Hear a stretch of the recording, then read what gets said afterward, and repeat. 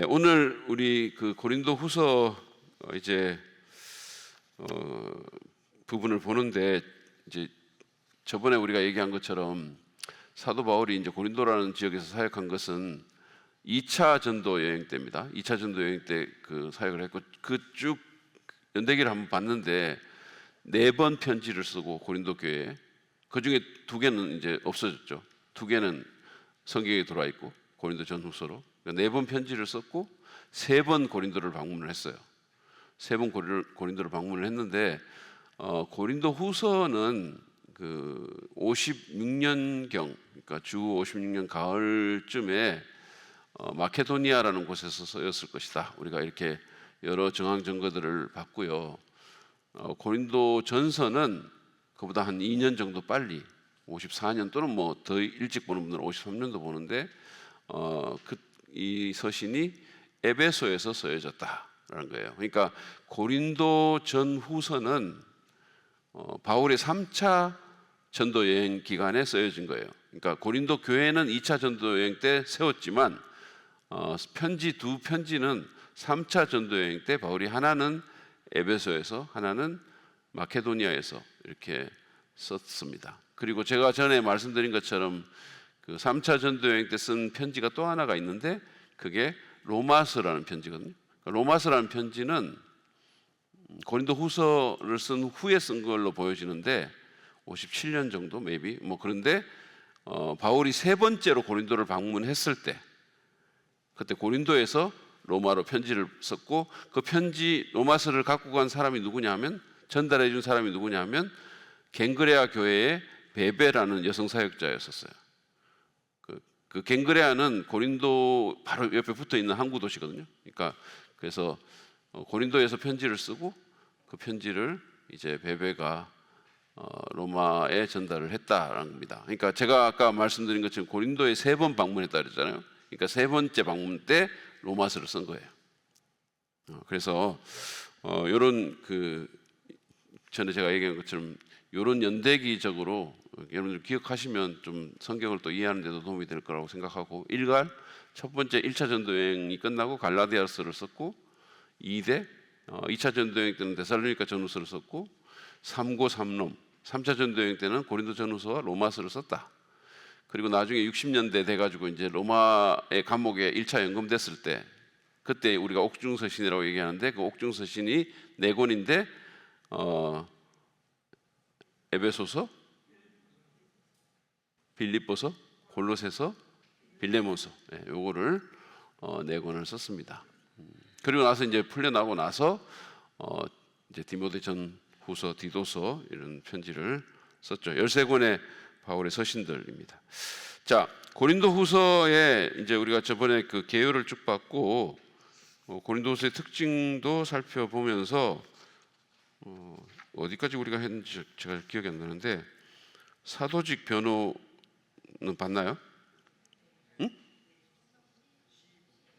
C번인가요? C번 맞나요?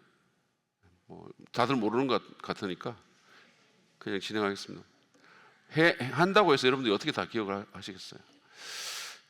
회개한 성도에 대한 화해의 메시지가 이제 2장 7장에 나오는데, 이건 지금 고린도 후서의 특징에 대해서 우리가 얘기를 하고 있는데, 전에 얘기한 것처럼 이 목적 자체가 사도직을 변호하는, 자기가 하나님 보내신 참된 사도라는 것. 왜냐하면 고린도 교회에 이제 그 거짓 교사들이 많이 들어왔고 사도 바울의 여러 가지 점들을 갖고 그의 사도직에 도전하는 사람들이 많았기 때문에 사도직을 변호하는 것이 고린도 후서의 큰 목적이었다 그랬거든요.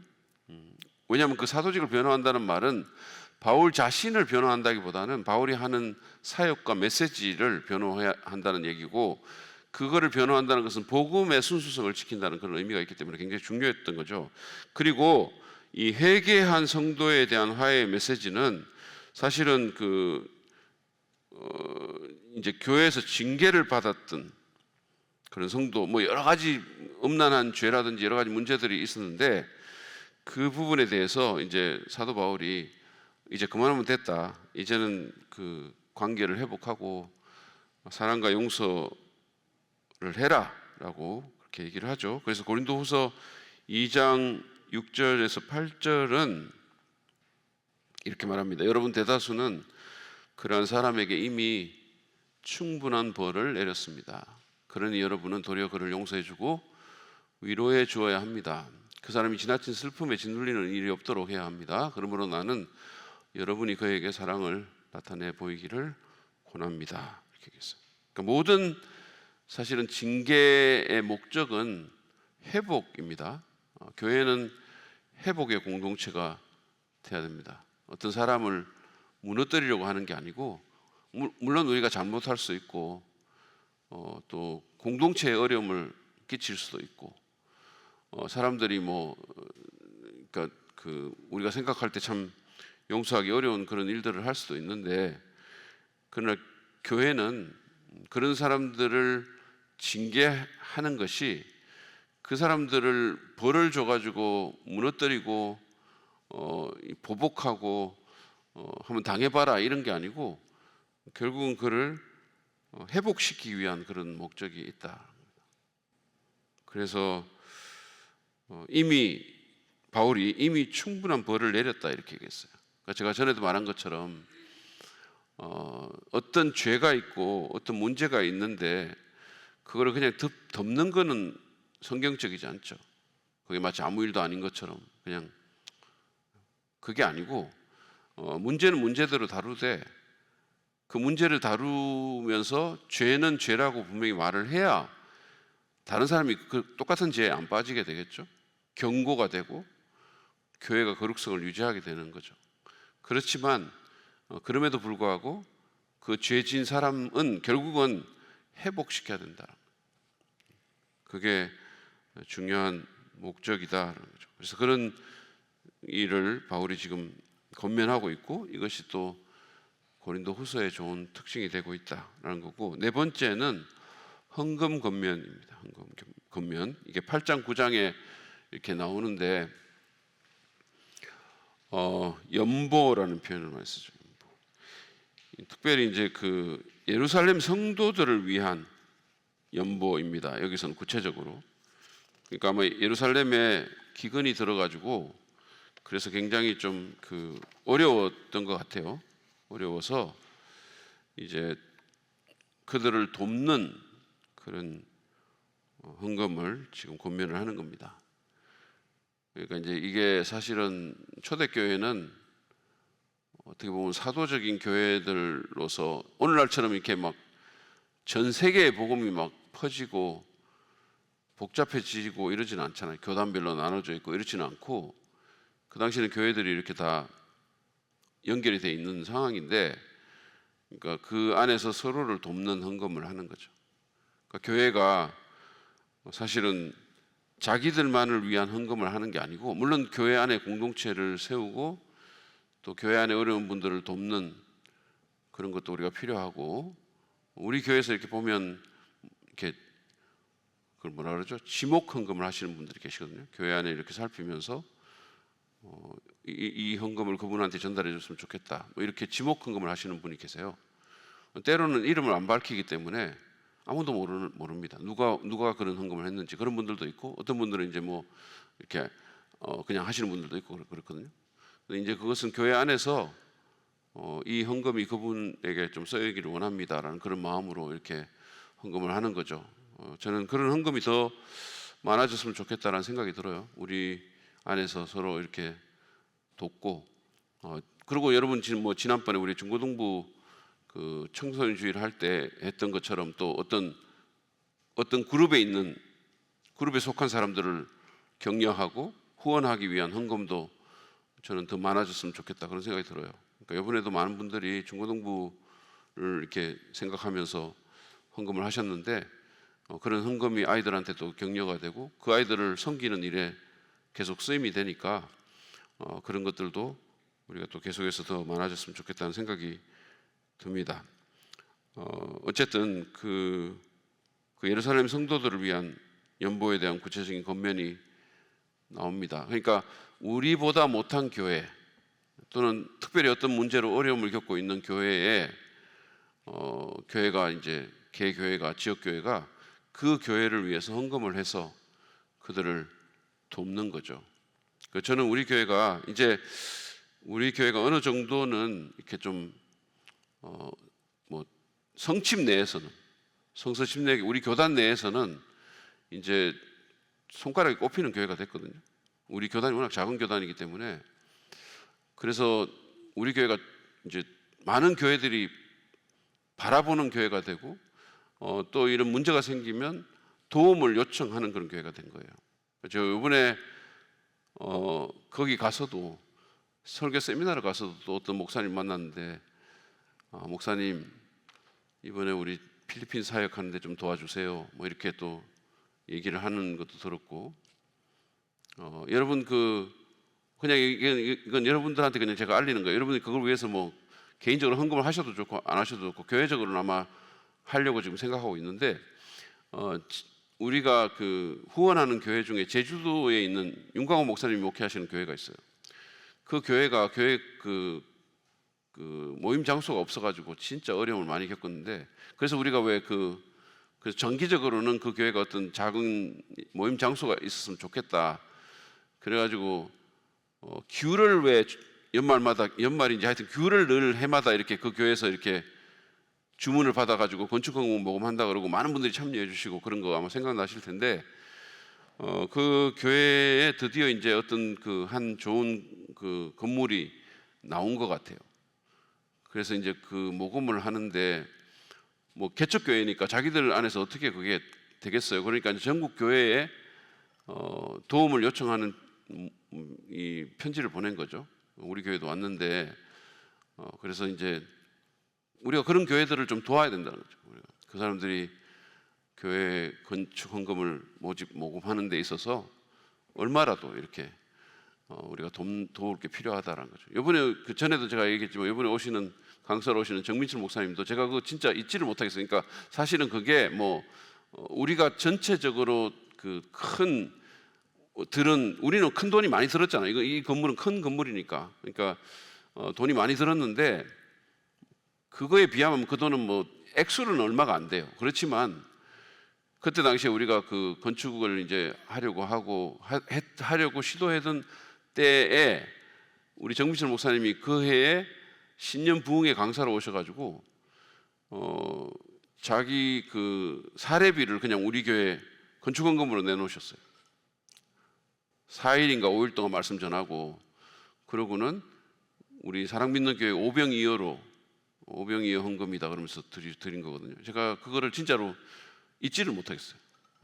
그게 그렇게 하기 쉽지 않은데 그렇게 또 섬겨 주셔가지고 개인적으로 저한테 얼마나 큰 격려가 됐는지 모릅니다. 그렇게 이제 외부에서도 우리 교회를 위해서 헌금하신 분들이 있는 거죠. 우리도 제주도에 열매 맺는 교회인가요? 그 교회에 또 기도하고, 또 그 교회가 건축할 수 있는데 우리가 얼마라도 이렇게 힘이 돼주면 너무 좋겠다, 그런 생각이 들었습니다. 어쨌든 그런 어떤 예루살렘 성도들을 위한 연보에 대한 구체적인 권면이 나옵니다. 참고로 여러분들이 이제 이번 주일에 교회 건축이란다, 교회 창립일에 여러분들이 이제 창립 감사 헌금으로 드리는 그 헌금은 전부 그런 용도로 쓰여질 겁니다. 개척교회를 돕고 또 선교사님들도 돕고 그런 용도로 우리가 쓰려고 합니다. 자, 두 번째는 이제 자원하는 마음과 하나님의 은혜에 기반에 기초한 그런 나눔의 중요성을 강조하는데, 고린도후서 9장 7절부터 8절 말씀 보시면, 이거는 이제 우리 헌금하는 원리가 되는 구절이에요. 각자 마음에 정한 대로 해야 하고, 아까워하면서 내거나 마지못해서 하는 일은 없어야 합니다. 그러니까 이게 어떤 경우는 보면 막 사람들 감정을 자극해가지고 또 이렇게 해놓고 나중에 후회하게 만드는 이런 게 있잖아요. 그러니까 바울은 지금 뭐라고 얘기했냐면, 헌금할 때 미리 정해라는 거예요. 미리 마음에 정하라 이렇게 얘기했어요. 그래서 기도하면서 자기 마음에 정하고, 일단 정해서 낼 때는 아까워하거나 마지 못해서 하지 마라 이렇게 해서. 그러면서 하나님은 기쁜 마음으로 이거는 이 기쁜 마음이라는 거는 원어적으로 보면 있잖아요. 기뻐서 어쩔 줄 모르는 마음 이런 뜻이에요. hilarious라는 영어 단어가 쓰였는데 그래서 막 너무 기쁘게 내는 사람을 사랑하십니다 이렇게 해서 이렇게 내가 섬길 수 있어서 너무 좋다, 너무 감사하다. 이거를 우리가 제가 이번에 참 하나님께 감사한 게 뭔지 아세요? 그러니까 우리가 누군가에게 우리 교회가 누군가에게 도움을 받는 교회가 아니고 누군가를 도울 수 있는 교회가 돼서 너무 좋다, 너무 감사하다 이런 생각이 들었어요. 그래서 우리는 더 많이 도왔으면 좋겠고, 저도 제가 뭐 부자가 아니지만 여러분이 아시다시피, 그리고 앞으로도 죽을 때까지 부자가 안 되겠지만 모르지, 또 책이 이제 한번 대박 한번 터지면 어떨지 모르겠지만, 그러나 뭐 아마 그런 일은 잘 일어나지 않을 거고, 그러니까 뭐 죽을 때까지 저는 그냥 요 상태로 아마 살 겁니다. 요 상태로 살 건데 그러나 그럼에도 불구하고 제가 이렇게 참 감사하는 게 누구한테 손 벌리고 이렇게 안 사는 게 너무 감사한 거죠. 하나님께서 또 우리가 그렇게 뭐 부자는 아니지만 그래도 또 누군가를 도우면서 살 수 있고, 제가 그 얘기 해드렸나요? 제가 그 컴패션에 그 후원하는 애가 졸업을 해가지고 이제 걔가 이제 끝났어요. 그 케냐에 있는 애인데 제가 그 달리기 1등인 애. 걔가 올림픽 챔피언 되기 전에 끝났어요. 어쨌든 걔가 이제 졸업을 해가지고 대학교 가니까 그건 컴패션은 거기까지만 하고 끝나거든요.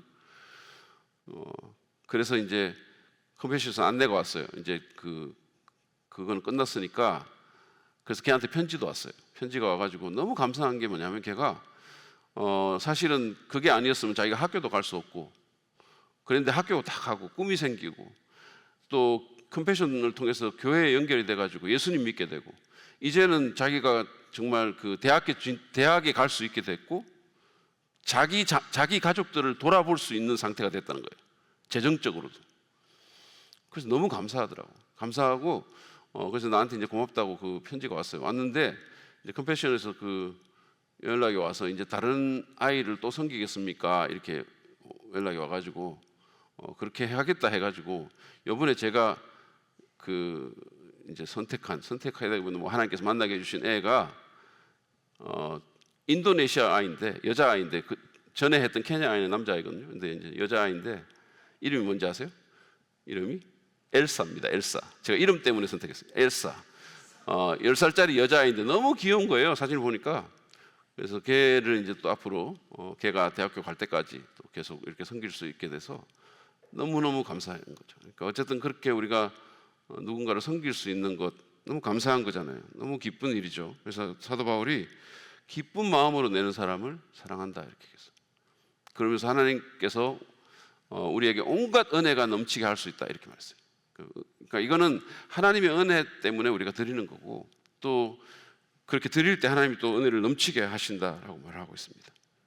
그래서 선한 일을 할 수 있다라고 바울이 얘기를 합니다. 그래서 우리 교회에서도 저희가 이렇게 막 헌금을 강요하거나 주보에 헌금하는 사람 이름 쓰거나 제가 그렇지 안 하거든요.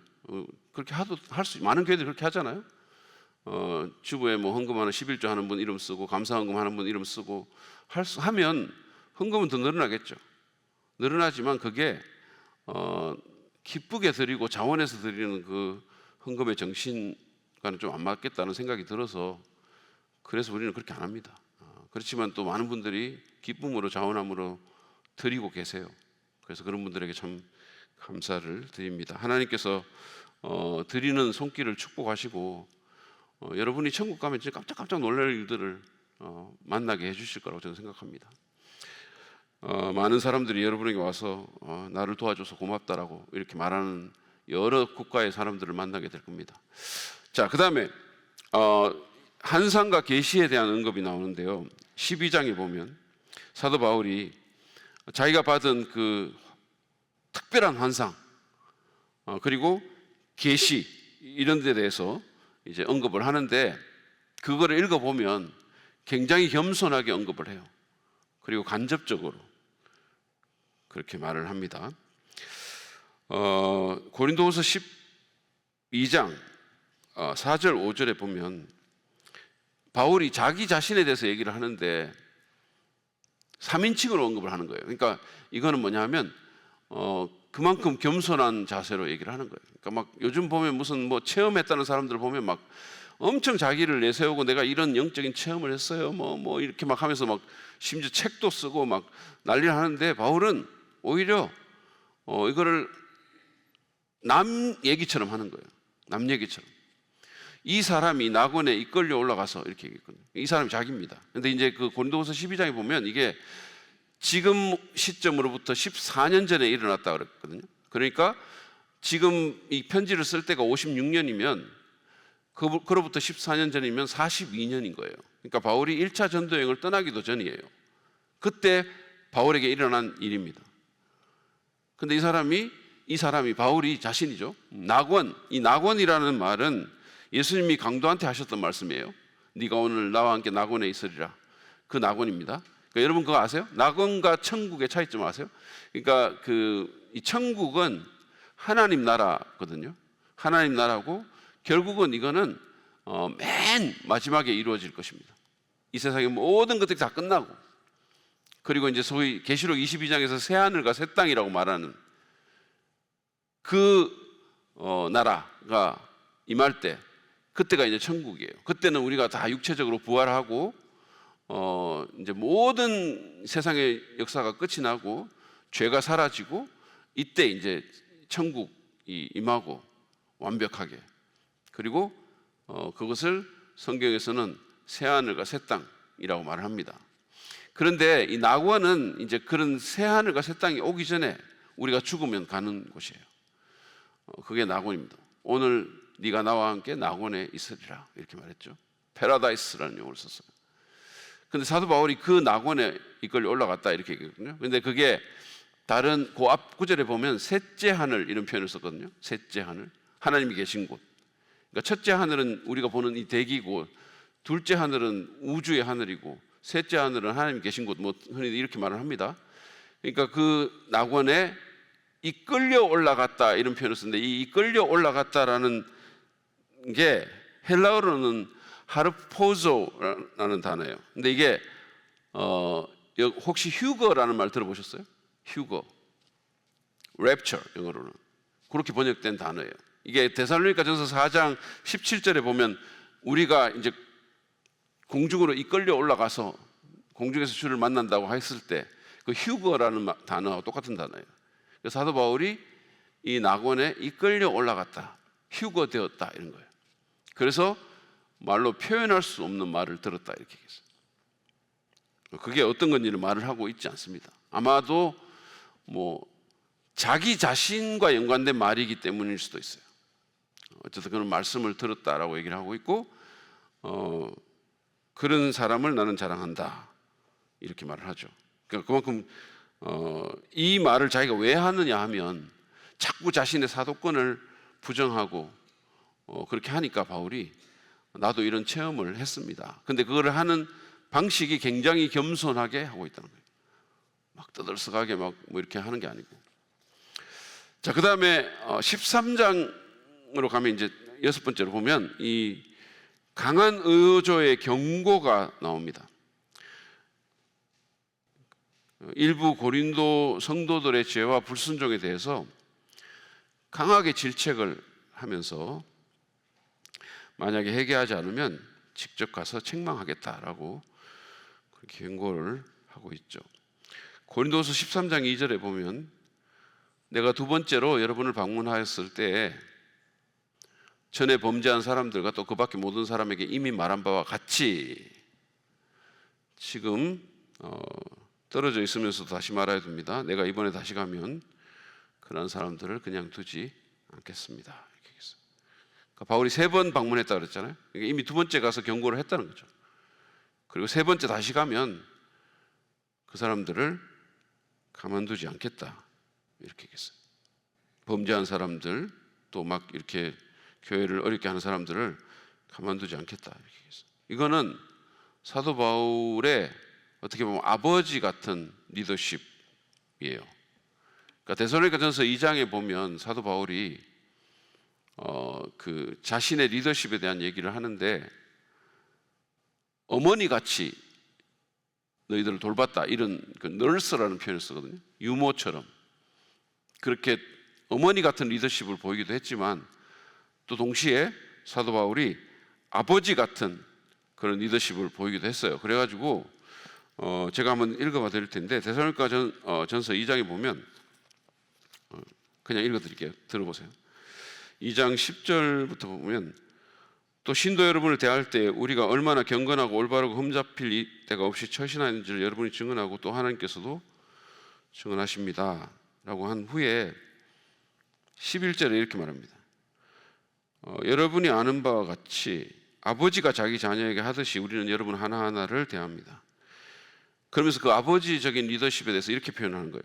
우리는 여러분을 권면하고 격려하고 경고합니다. 이렇게 했어요. 권면하고 격려하고 경고합니다. 이게 아버지의 리더십이다라는 거예요. 그래서 여러분이 하나님께 합당하게 살아가게 하려는 것이다, 이렇게 말을 했어요. 7절에 보면, 우리는 여러분 가운데서 마치 어머니가 자기 자녀를 돌보듯이 유순하게 처신하였습니다. 그러니까 아주 부드럽게 유순하게 처신하기도 했지만, 동시에 또 어떤 부분에 있어서 강하게 경고하고 권면하고 이런 리더십을 보냈다는 거죠. 오늘날 우리가 이제 좀 이 자녀 교육에 있어서도 이런 균형이 좀 무너지는 것이 좀 안타깝다, 이런 생각이 들어요. 오늘날 너무 막 이렇게 오냐오냐만 해주고 우리의 최고다 뭐 이렇게 하면서 그 아버지적인 리더십이 자꾸 사라지고 있는 사회 분위기 자체가, 그러다 보니까 이제 애들이 그 마땅히 경고를 들어야 되고 고쳐야 될 부분을 못 고치는 거예요. 너무 버릇이 없는 애가 되고 지만 아는 애가 되는 거예요. 어릴 때부터 자꾸 이렇게.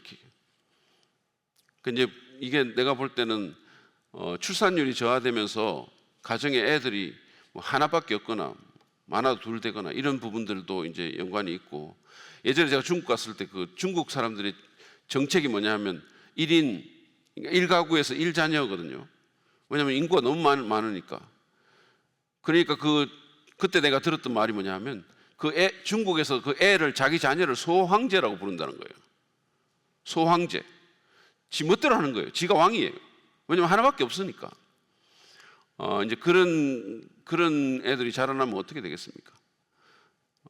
공공 어떤 질서도 없고 그냥 자기밖에 모르고 이런 애가 되지 않겠어요? 그러니까 이제 그런 부분들에 있어서 좀 균형 감각이 좀 필요한데, 이제 그게 하나가 있고, 그러니까 출산율이 저하되는 게 하나가 있고, 제가 볼 때는 또 하나는 부부가 맞벌이 부부가 많아지면서 아이하고 같이 있는 시간이 없다 보니까 엄마건 아빠건 참 미안해가지고 아이한테 너무 잘해만 주는 거예요. 약간 그런 부분들이 또 있는 거죠. 그래서 막 아이 이제 비위 맞추고, 그 사회 분위기도 분명히 일조하고, 지나친 인권의 강조로 인해 가지고 자기 중심적인 어떤 라이프 스타일이 자녀를 키우는데도 너무 많이 드러나는 거죠. 그래서 애가 제대로 이렇게 그 아버지적인 리더십의 어떤 영향을 못 받아가지고 너무 버릇없고 자기만 아는 그런 애들이 너무 많아지고 있다는 거죠. 그래서 우리가 그런 부분에서 좀 균형이 필요하다라는 거예요. 사도 바울이 그랬던 것처럼 어머니처럼 유순하게 하면서도 동시에 또 경고할 것은 경고하고, 권면할 것은 권면하고, 또 격려할 것은 격려하고, 이런 것이 필요하다는 겁니다. 자, 고린도서의 신학을 보면 먼저는 이제 하나님 아버지에 대한 신학입니다. 고린도 후서에서 하나님 아버지는 어떻게 묘사되고 있는가라는 거예요. 여러분 이거는 뭐 신학교에 들어오면 배우는 말인데, 조직 신학이라는 게 있고 성서 신학이라는 게 있거든요. 그러니까 조직 신학은 전체 성경책을 통틀어서, 그러니까 창세기부터 계시록까지 전체 책을 통틀어서 하나님이 어떻게 묘사되고 있는가? 이게 조직신학적인 신론이에요. 근데 이제 성경신학적이라는 것은 그 책 안에서 하나님이 어떻게 묘사되고 있는가? 예를 들어서 고린도후서면 고린도후서 안에서 하나님은 어떻게 묘사되고 있는가? 이거는 이제 우리가 성경신학, 성서신학 이렇게 말하거든요. 자, 그러면 고린도후서 안에서 하나님은 어떻게 묘사되고 있는가라고 보면, 먼저는 그 하나님은 은혜와 평강의 원천이십니다.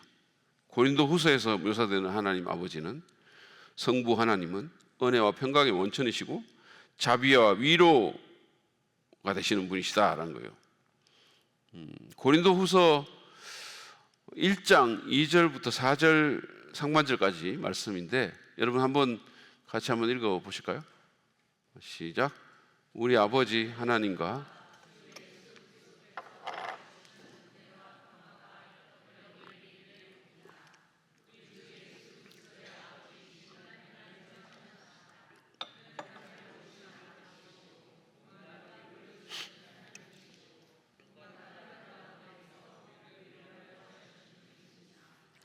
네. 자, 여기 보면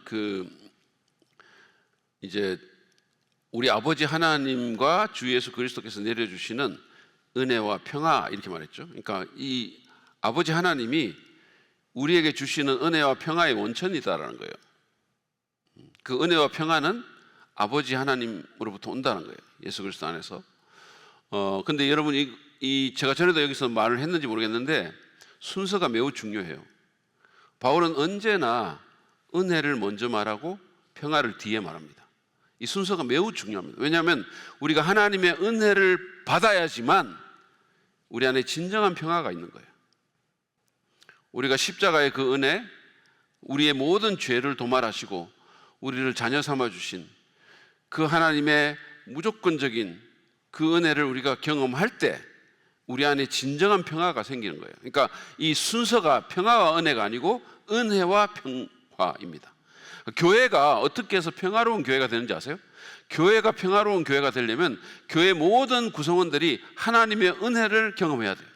가정도 마찬가지입니다. 가정이 진정으로 평화로운 가정이 되려면, 에이렌의 정말 샬롬의 가정이 되려면 하나님의 은혜를 가족 구성원들이 경험해야 됩니다. 십자가의 은혜. 그래서 그 은혜와 평화가 아버지 하나님으로부터 온다고 말을 했고, 그 다음에 또 말하기를 자비로우신 하나님. 자비로우신. 그러니까 우리의 죄가 있음에도 불구하고 그 죄의 벌을, 우리를 불쌍히 여겨서 이렇게 그 벌에서 우리를 면제해 주시는 아버지, 또 위로를 주시는 하나님, 이렇게 말하고 있어요. 그리고 모든 환난 가운데서 우리를 위로하여 주시는 분이십니다, 이렇게 했어요. 제가 이제 고린도후서 2장 4절 상반절에 보면, 여러분 그 세 번역에는 온갖 위로를 주시는 하나님, 이게 3절에 나오나? 온갖 위로를 주시는 하나님이시여, 이렇게 돼 있잖아요. 예전에 개역 성경에는 어떻게 번역되어 있냐 하면 모든 위로의 하나님이시여, 이렇게 번역되어 있어요. 저는 그 표현이 너무 좋은 거예요. 모든 위로의 하나님이시다. 모든 위로의.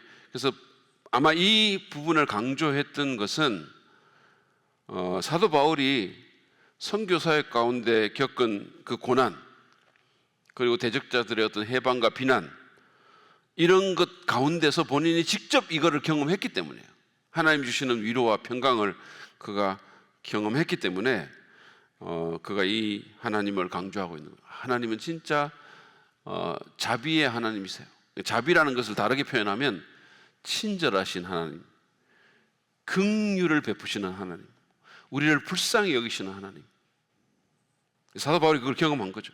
그래서 모든 환난 가운데서 위로를 주시는 하나님이시다, 이렇게 말했어요. 그래서 우리 성도들은, 그리고 사역자들은 정말 환난 가운데서, 어려움 가운데서 우리에게 위로와 평강과 구원을 주시는 그 하나님을 전적으로 의지해야 합니다. 그 하나님의 위로와 하나님의 자비가 우리 가운데 있어야 된다는 거예요. 그래야 우리가 우리 삶은 말할 것도 없고 사역하는 가운데서 계속적으로 잘 건강하게 사역을 할 수 있다. 하나님을 전적으로 의존해야 됩니다.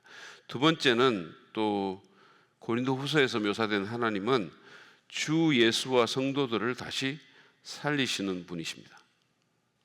자, 고린도후서 4장 14절을 보시죠.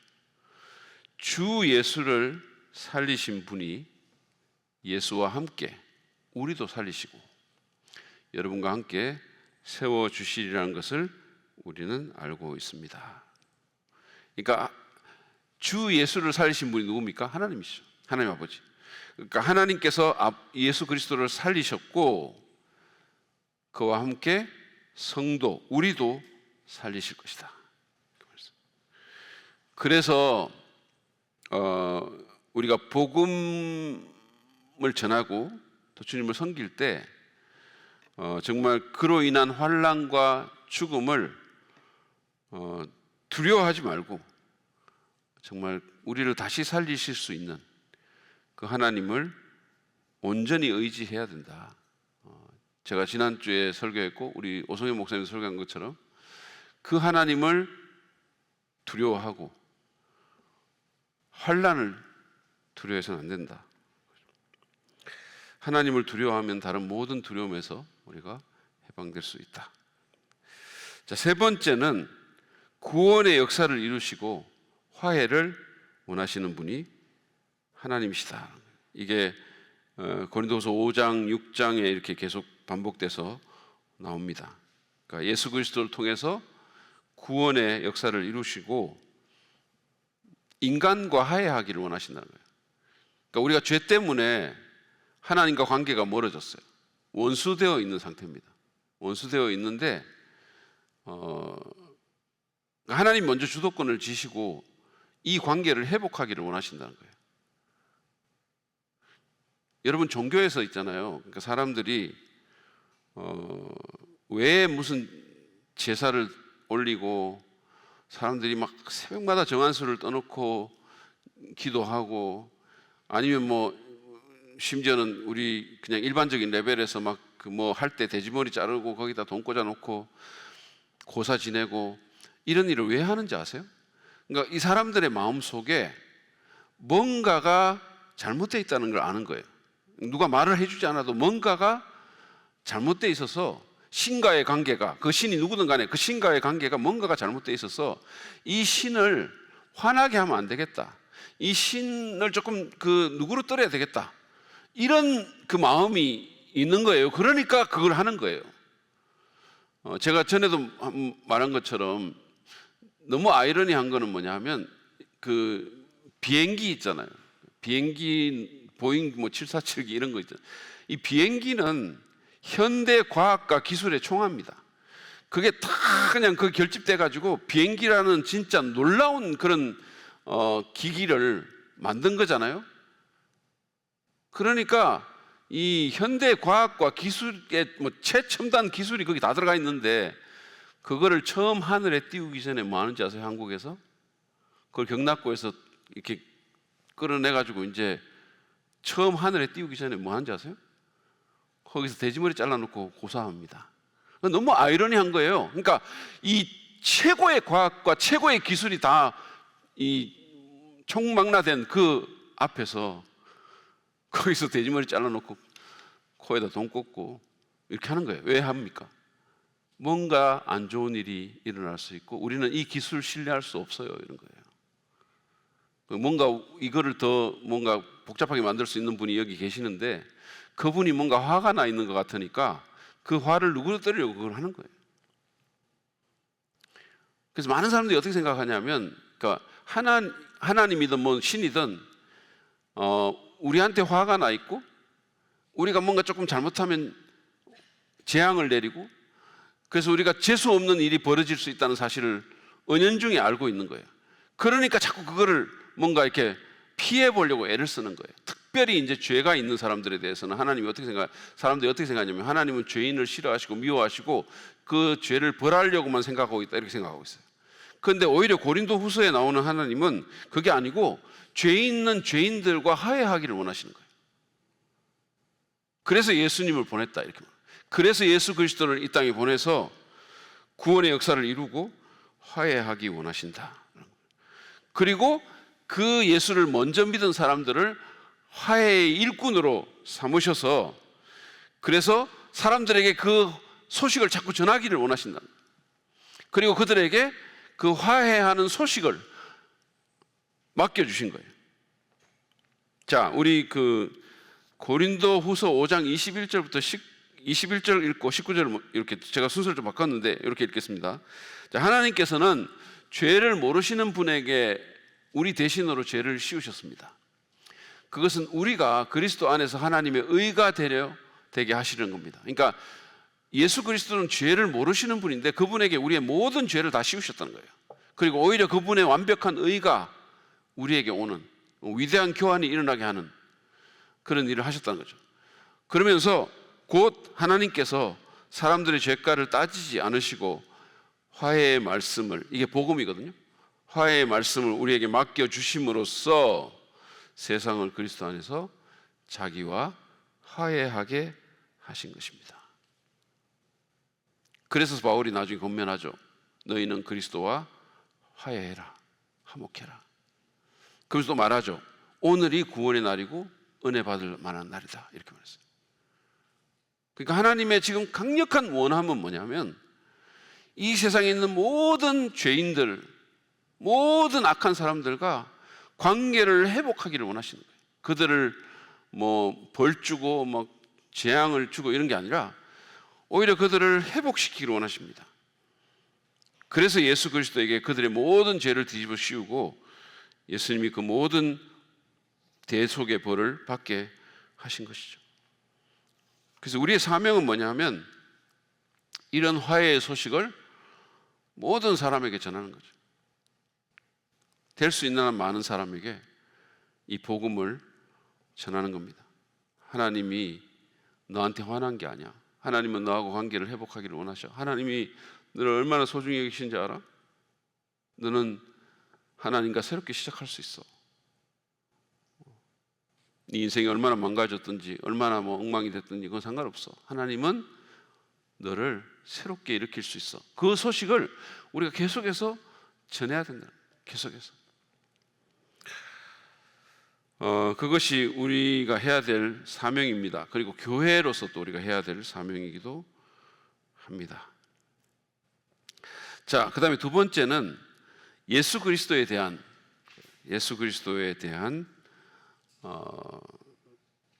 신학입니다.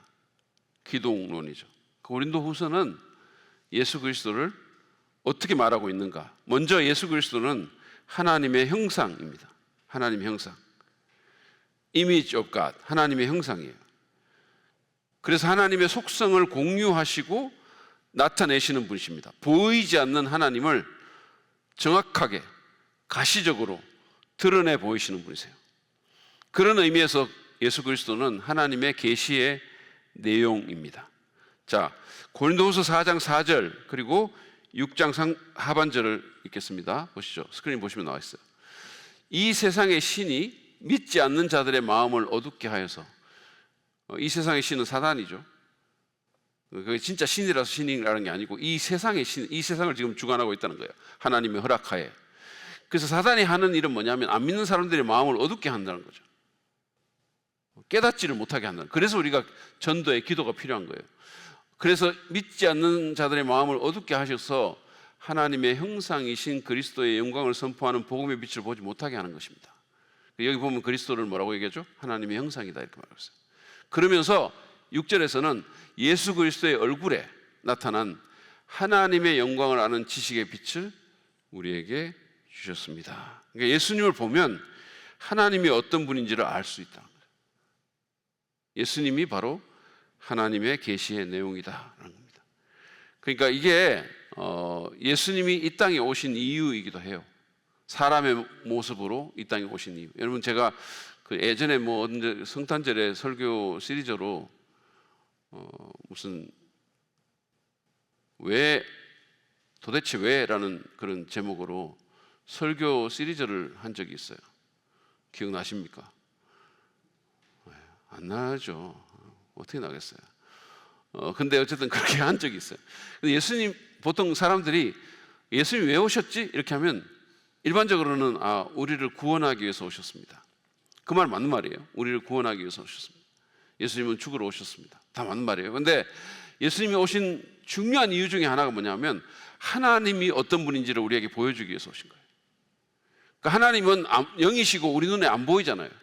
그러니까 우리 눈에 보이는 모습으로, 우리와 같은 모습으로 이 땅에 오셔가지고 예수님께서 우리에게 정확하게 하나님이 어떤 분인지를 보여주신 거죠. 그러니까 여러분들이 복음서를 보면서 예수님이 어떤 사람들과 어울리시고 어떤 사람을 좋아하셨는가를 보면 하나님이 어떤 사람을 좋아하는가를 알 수가 있어요. 예수님이 어떤 사람을 싫어하시거나 어떤 사람을 힘들어 하시는가를 보면 하나님이 어떤 사람을 힘들어 하는가를 알 수 있어요. 복음서를 보면 있잖아요. 예수님이 제일 힘들어했던 사람들이 누구냐 하면 종교인들이고 위선자들입니다.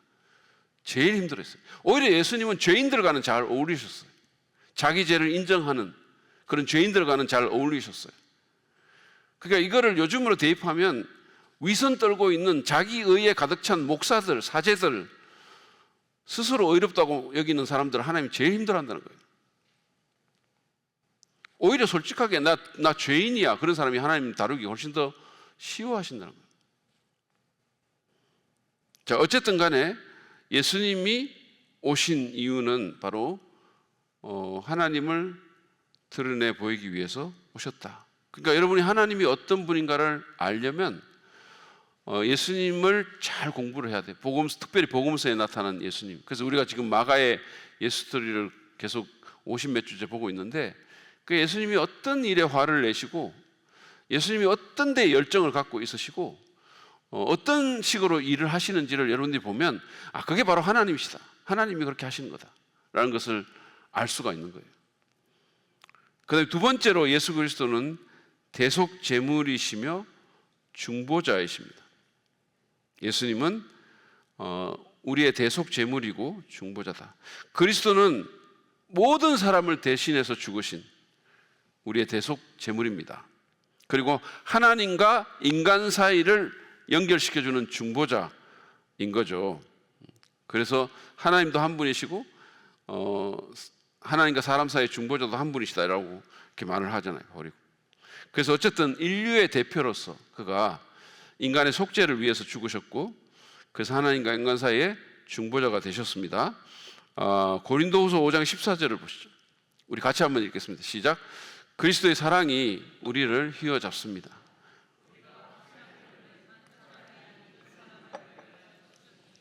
모든 사람이 죽은 셈입니다. 한 사람이 모든 사람을 위해서 죽으셨던 거죠. 그래서 결국 모든 사람이 죽은 것 같다는 거예요. 그 한 사람의 생명은 이 세상에 존재한 모든 사람의 생명을 합한 것보다 훨씬 더 가치 있는 생명이에요. 왜? 그분은 피조물이 아니라 창조주시니까. 그러니까 여러분 한번 제가 이런 예를 종종 드는데 이게 잘 이해가 안 되시면 이렇게 생각하시면 돼요. 여러분 자녀 하나의 생명이 개미 수백억 마리의 생명보다 귀하지 않습니까? 아니 요즘은 이제 제가 그럼 이렇게 한번 질문해 볼까요? 요즘 강아지를 너무 귀하게 여기니까 강아지 보고 내 새끼 내 애기 그러니까 한번 생각해 봅시다. 여러분 자녀의 생명이 강아지 100억 마리의 생명보다 더 귀하지 않습니까? 이거 아니라고 하는 분들은 어디 병원 가셔야 돼요. 내가 볼 때는. 그러니까 내 자녀 하나의 생명이 제가 동물들을 학대하고 뭐 이런 얘기를 하는 게 아니에요. 그러니까 훨씬 더 귀하거든요. 우리는 사람이고 그들은 동물이니까 게임이 안 되는 거예요. 그러니까 창조주 한 분의 생명이 피조물 수백억 수조보다 더 귀한 거는 너무 상식적인 얘기죠. 근데 그분이 그 귀한 생명을 우리를 위해서 희생하셨다라는 거예요. 그래서 우리의 중보자가 되셨다는 거예요. 그래서 그 중보자는 한 분밖에 없다는 겁니다. 여러분 캐톨릭은 있잖아요. 많은 중보자가 있어요. 마리아도 중보자고 뭐 거기다가 여러 이렇게 케이스마다 중보자들이 있어요. 성인 무슨 중보자들이 있습니다.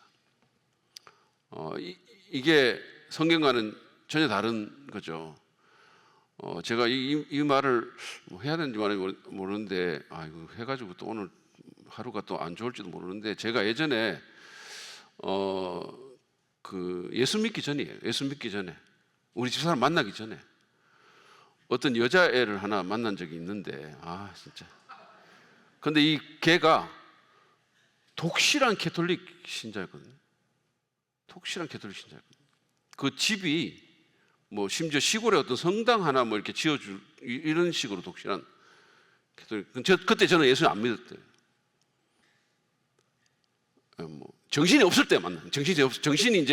정신이 있고 나서는 우리 집사람을 만난 거예요. 정신이 없을 때 만나. 그때 근데 이제 그 여자애가 저한테 무슨 부적 비슷한 걸 주면서, 이게 뭐 그러니까 사고가 일어나게 하지 않는 그런 성인 수호자라고 이렇게 하면서 준 적이 있어요. 캐톨릭이 이렇습니다. 이게 거의 뭐 약간 지금 우리 수준으로 보면 약간 미신 같은 느낌이 들어요. 그러니까 모든 어떤 경우에 중보자들이 성인들 뭐 이런 게 있는 거예요. 마리아는 말할 것도 없고. 근데 성경은 분명히 말하죠. 하나님도 한 분이시고 하나님과 사람 사이의 중보자도 한 분이시니 곧 그리스도 예수시다. 그래서 우리가 여러분 경계해야 되는 겁니다. 사실은 사람들이 뭐 캐톨릭에 대해서 뭐 이렇게 좋은 쪽으로 좋은 점도 있죠. 그렇지만 교리적으로 굉장히 어렵습니다. 세 번째로, 예수 그리스도는 또 어떤 분이신가? 우리를 부요하게 만드시기 위해서 가난해지신 분이세요. 우리를 부요하게 하기 위해서 가난해지신 분. 그러니까 예수 그리스도는 하늘의 모든 영광과 부귀를 가지신 분이신데, 성도가 영적인 부를 소유할 수 있도록 그 모든 하늘의 부귀와 영광을 스스로 포기하신 분, 성육신 하셔서 가난해지신 분이시다라고 바울이 말하고 있어요. 고린도후서에서. 그래서 그분이 종이었던 신자들을 자녀로 만들기 위해서 종이 되신 분이시고, 죄인이었던 신자를 의인으로 만들기 위해서 죄 없으신 그분이 십자가에서 죄인이 되신 거예요. 아까 죄로 만드셨다 이렇게 말했어요. 자, 그래서 고린도후서 8장 9절을 한번 보시죠. 고린도후서 8장 9절. 자, 우리 같이 한번 읽어 보겠습니다. 고린도후서 8장 9절 말씀. 같이 한번 읽죠. 시작. 여러분은 우리 주 예수 그리스도의 은혜를 알고 있습니다. 그리스도께서는 부요하나 여러분을 위해서 가난하게 되셨습니다. 그것은 그의 가난으로 여러분을 부요하게 하시려는 것입니다. 예수님은 지극히 부요하신 분인데 우리를 위해서 가난하게 되셨다는 거예요. 스스로 그 모든 천국의 부귀 영화를 포기하셨습니다. 왜? 그렇게 가난해지심으로 우리를 부요하게 하기 위해서 그랬다라는 거예요. 그러니까 그분의 자발적이고 희생적인 헌신으로 말미암아 성도가 영적인 축복을 받게 됐다는 거죠. 이거를 빌립보서에서는 자기 비움이라고 얘기를 해요. 헬라어로는 케노시스라고 얘기합니다. 자기를 비우심으로써, 희생적으로 낮아지심으로써 우리가 부요하게 된 거예요.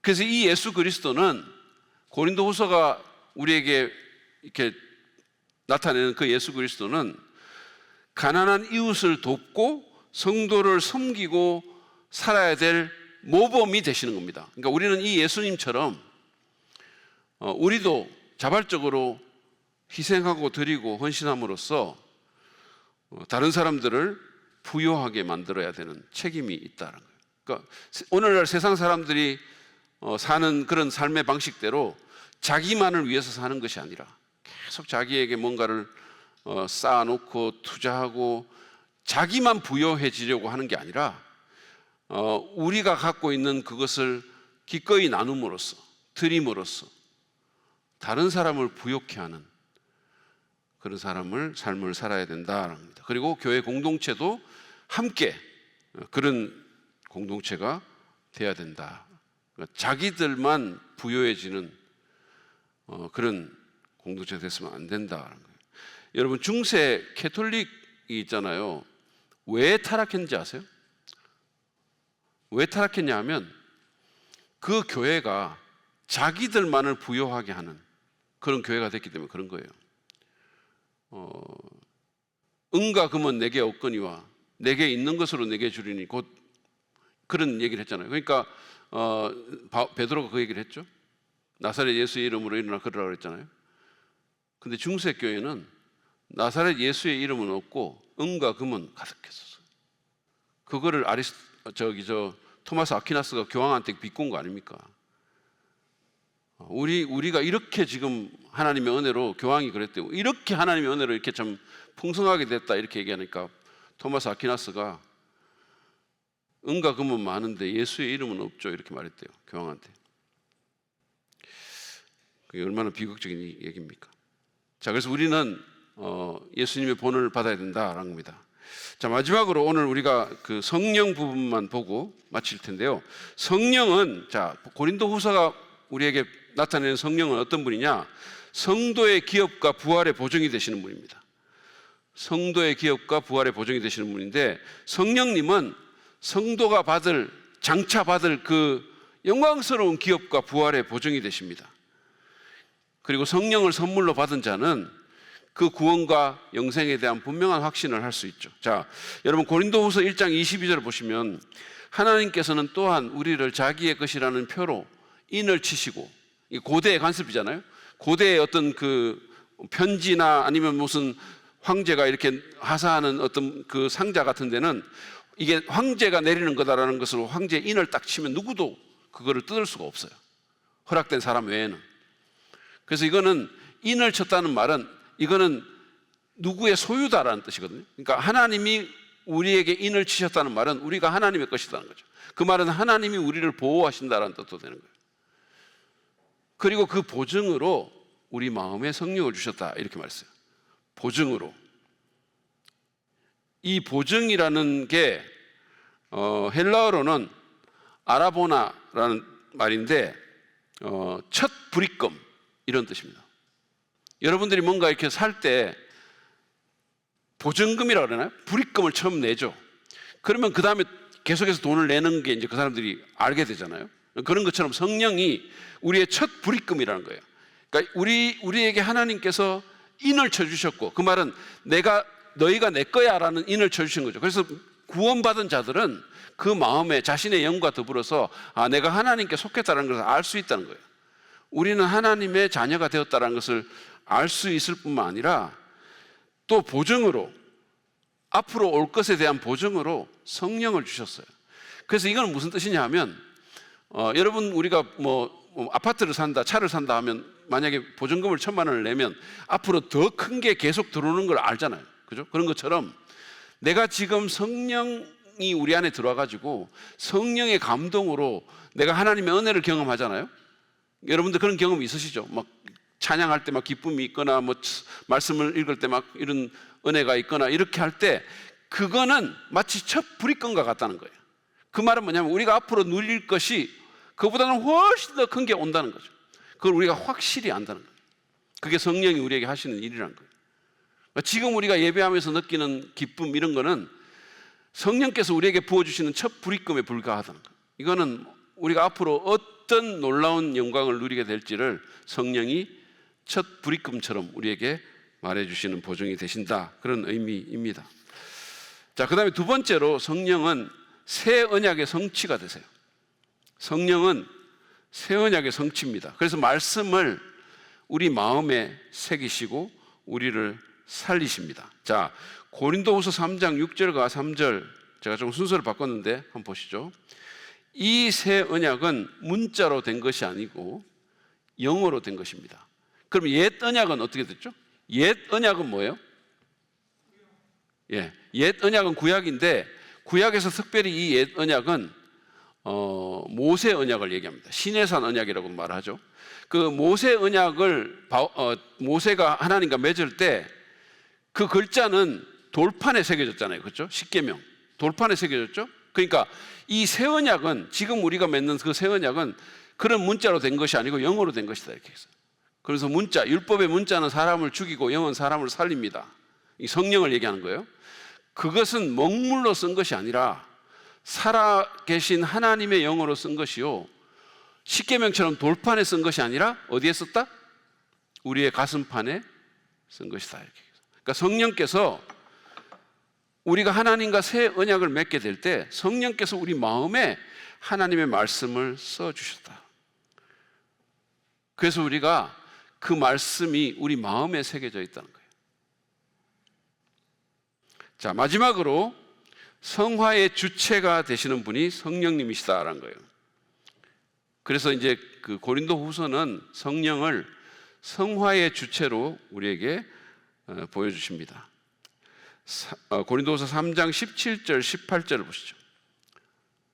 주님은 영이십니다. 주님의 영이 계신 곳에는 자유가 있습니다. 우리는 모두 노후를 벗어버리고 주님의 영광을 바라봅니다. 이렇게 해서 우리는 주님과 같은 모습으로 변하여 더 예수 닮은 점점 더 큰 영광에 이르게 됩니다.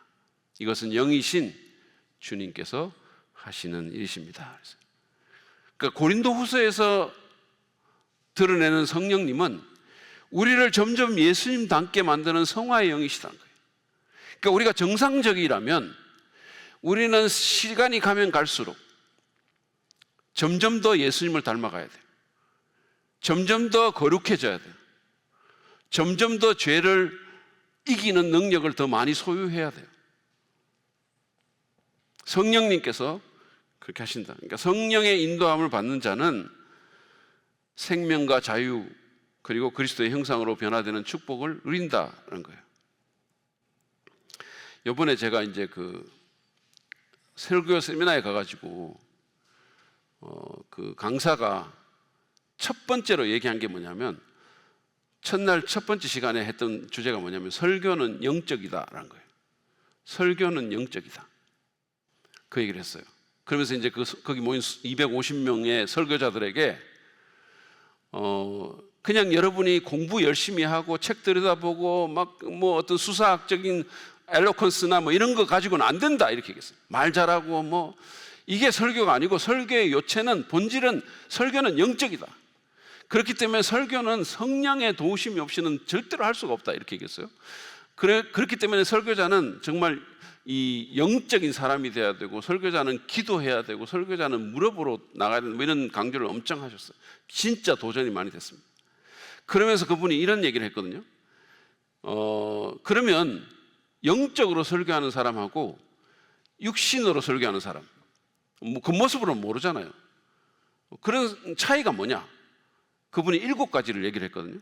그런데 저는 이게 설교뿐만 아니라 우리의 그리스도적인 삶에 또 사역에 적용된다고 생각을 하거든요. 그래서 여러분에게 간단하게 제가 이 7가지를 말씀을 해드릴 텐데, 첫째는 목적이 다르다는 거예요. 여러분, 우리가 영적으로 사역하고 영적으로 살면 목적이 달라요. 여러분, 사역의 목적이 나를 영화롭게 할 거냐, 하나님을 영화롭게, 목적이 다르다. 두 번째는 순전함이 다르다 그랬어요. 퓨리티. 이 육적으로 사역하고 육적으로 살면 순수함이 없어지는 거죠. 순결함이 사라지는 거예요. 그런데 영적으로 하면 순결하다는 거죠. 방법까지도. 세 번째는 기도가 있다는 거예요. 우리가 영적으로 사역하고 영적으로 설교하는 사람은 기도한다는 거예요. 기도로 이룬다는 거예요. 그러니까 우리 삶 가운데서 기도가 없다는 말은 우리가 영적이지 않다는 거예요. 여러분의 기도 생활을 한번 살펴보세요. 내가 정말로 기도하는 사람인가? 솔직히 나는 얼마나 하루에 기도하는가? 기도가 없다는 것은 우리가 영적이지 않다는 강력한 증거예요. 이건 저한테도 해당이 되는 거예요. 제가 얼마나 저를 돌아보게 되는지 몰라요. 그 다음에 네 번째는 임재입니다. 하나님의 임재가 우리 가운데 있는가? 그 다음에 다섯 번째는 능력입니다. 능력. 그러니까 육적으로 살고 육적으로 사역하는 사람하고 성령으로 살고 영적인 인도함을 받는 사람은 그 나타나는 능력이 다르다는 거예요. 그러니까 내 삶 가운데서 하나님의 어떤 능력을 경험하게 된다는 거예요. 그 다음에 열매가 다르다고 그랬어요. 열매가.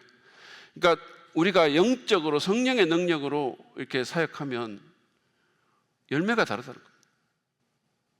그러니까 아까 우리가 그 처음에 불렀던 찬송 중에 사람이 많기보다는 뭐 사랑이 많은 교회 이런 거 있잖아요. 그러니까 우리가 예를 들어서 육적으로 설교를 했을 때 사람이 많이 모일 수는 있어요. 뭐 어떤 강연을 해도, 기독교하고 아무 상관없는 강연을 해도 그 사람이 강연 잘하면 사람들 많이 모이잖아요. 그러니까 사람이 많이 모일 수는 있지만 열매가 다른 거예요. 영적으로 설교를 하면 사람들의 마음이 바뀌고 구원받는 사람이 생겨나고 사랑이 생겨나고 열매가 다르다는 거예요. 그리고 마지막으로 영적으로 사는 사람은 찬양이 있다. 찬양. 그 모든 것의 찬양이 누구에게 오느냐? 내게 오느냐? 하나님께 가느냐? 그 여러분의 마음 속에, 여러분의 삶 속에 정말로 하나님을 향한 영광이 올려가고 하나님께 찬양이 있고, 그렇다면 그거는 우리가 영적으로 살아가고 있는 거예요. 그런데 그냥 뭐 자기만 자꾸 높이려고 하고 아니면 다른 사람에 대한 불평과 저주와 원망이 생기면 우리는 전혀 영적인 삶이 아니라는 거죠. 그래서 이 7가지가 완전히 다르다 이렇게 얘기했거든요. 그래서 성령님은, 여러분 기억하세요? 고린도후서에서 성령님은 우리를 예수님 닮게 만들고 우리가 점점 거룩해지는 그 성화의 주체입니다. 그러니까 우리가 구원받을 때 성령의 역사로 구원받는 것처럼 우리가 거룩해지는 것도 우리 노력이나 의지나 훈련만으로 되는 게 아니고 성령님의 역사로 되는 거예요. 그렇기 때문에 우리는 언제나 기도하면서 성령의 충만을 구해야 되는 거예요. 성령님 나를 변화시켜 주세요. 성령님 나를 변화시켜 주세요. 자꾸 그렇게 기도할 때 성령이 우리를 변화시킵니다. 우리 노력과 의지만으로 우리가 거룩해지지 않아요. 성화의 주체는 성령님이십니다. 그래서 성령님을 늘 의지하고 성령님의 인도하심을 받고 성령에 민감하고 성령의 충만을 구함으로 더 예수님 닮은 저 여러분 되시기를 축복합니다.